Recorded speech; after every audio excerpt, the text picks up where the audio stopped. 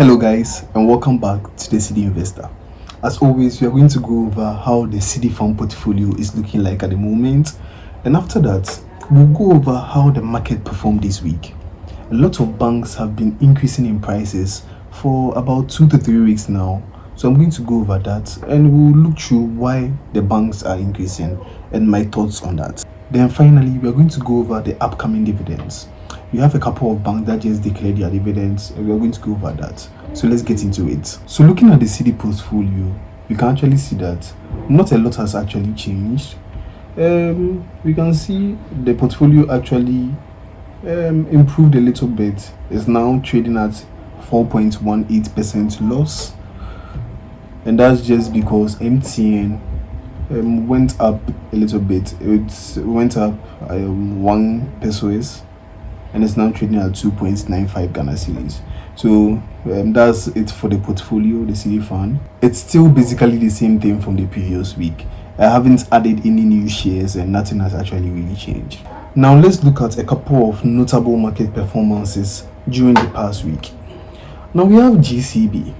We can see it's now trading at 9.33 Ghana cedis, up 4.83%, and year to date 46%. And there's a common trend here where almost all the banks are seeing an upward tick. Standard Chartered Bank is now trading at 27 Ghana cedis. We have Access Bank also trading at 13.6 pesos. Societe General now trading at 2 Ghana cedis, up 1%, and year to date 33%. I'll talk more about the banks at a later part of the video, so let's continue. Now we have SIC now trading 1.12 Ghana cedis, up 1.82%, and year to date 314%. That's really crazy, honestly. Up 314%.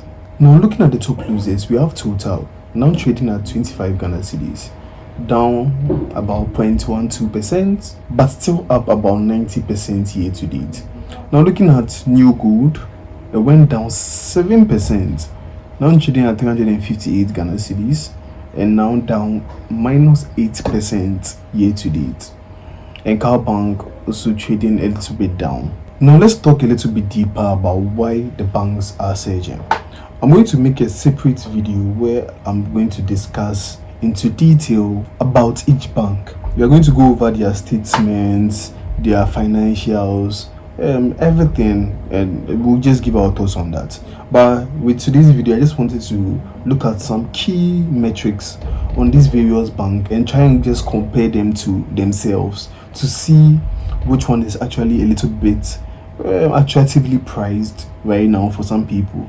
Like I always say, when it comes to my investment strategy, I like to find the best and highest quality company to invest in. Let me know if you guys own any of the banks. I would love to know why. Comment down below and just start a conversation.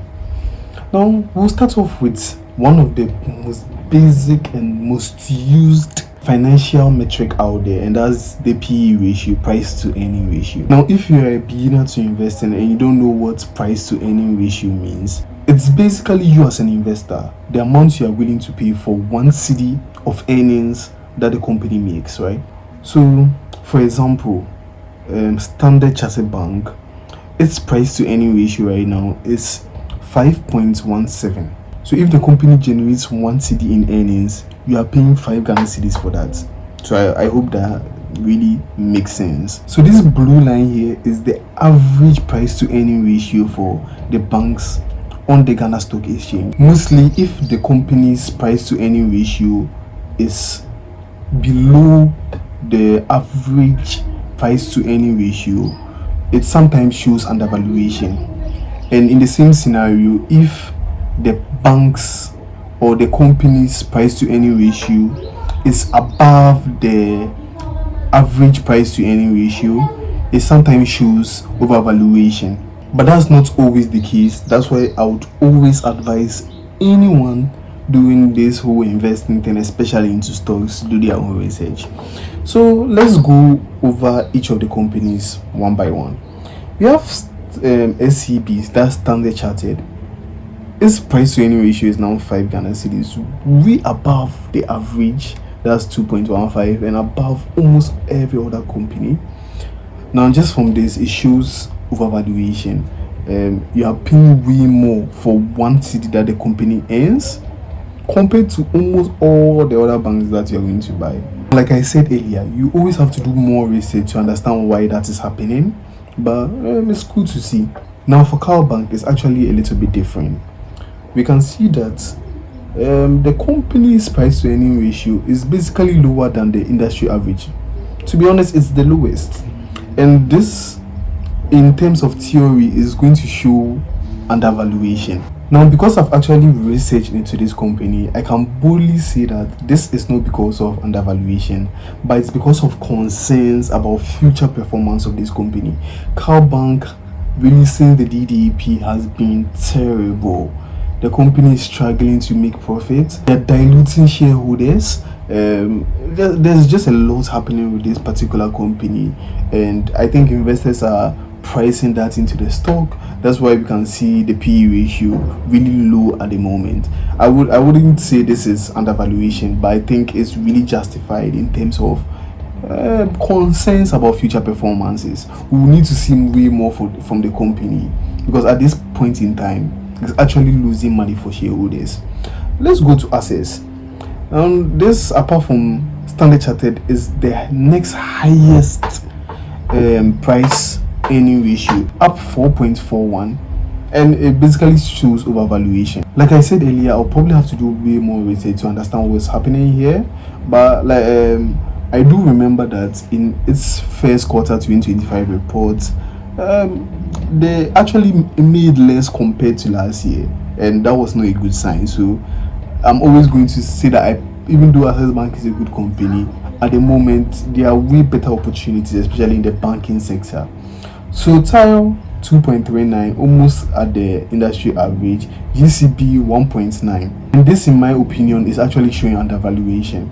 We have RBGH, that's Republic Bank, trading at 2.63, and Bank. And this is very interesting to see that Bank is very, very undervalued in terms of price to earning ratios compared to other banking sectors. Now, see how much I'm paying for each earnings that the companies generate for me.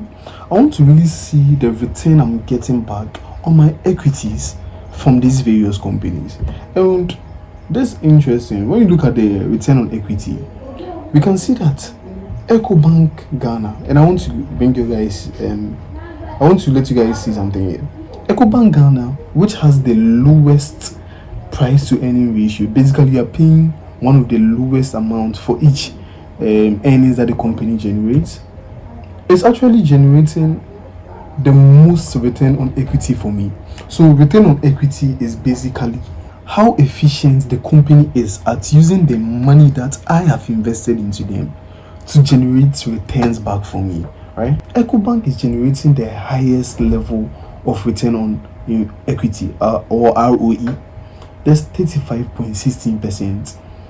We have Standard Chartered quitting the next, but because you are paying way more in terms of price to earning ratio, like, it's not really as justified. GCB2 is very interesting. It's even way above the industry average at 32, and it's also one of the lowest in terms of price to earning ratio. So just from these two metrics, I can actually be very confident of putting either GCB or Bank into my watch list. I think there are two companies I'll probably be researching more on to really understand what's happening with those companies. Lastly, I want to let you guys see the price to TBV. That's the tangible book value. A tangible book value is the like actual net worth that the company owns, or net assets of the company, minus any intangible assets like goodwill, patents, like things that are not actually things you can sell for money, but then they are intangible. So this is like how much you're willing to pay for the actual net worth that the company, or net assets of the company.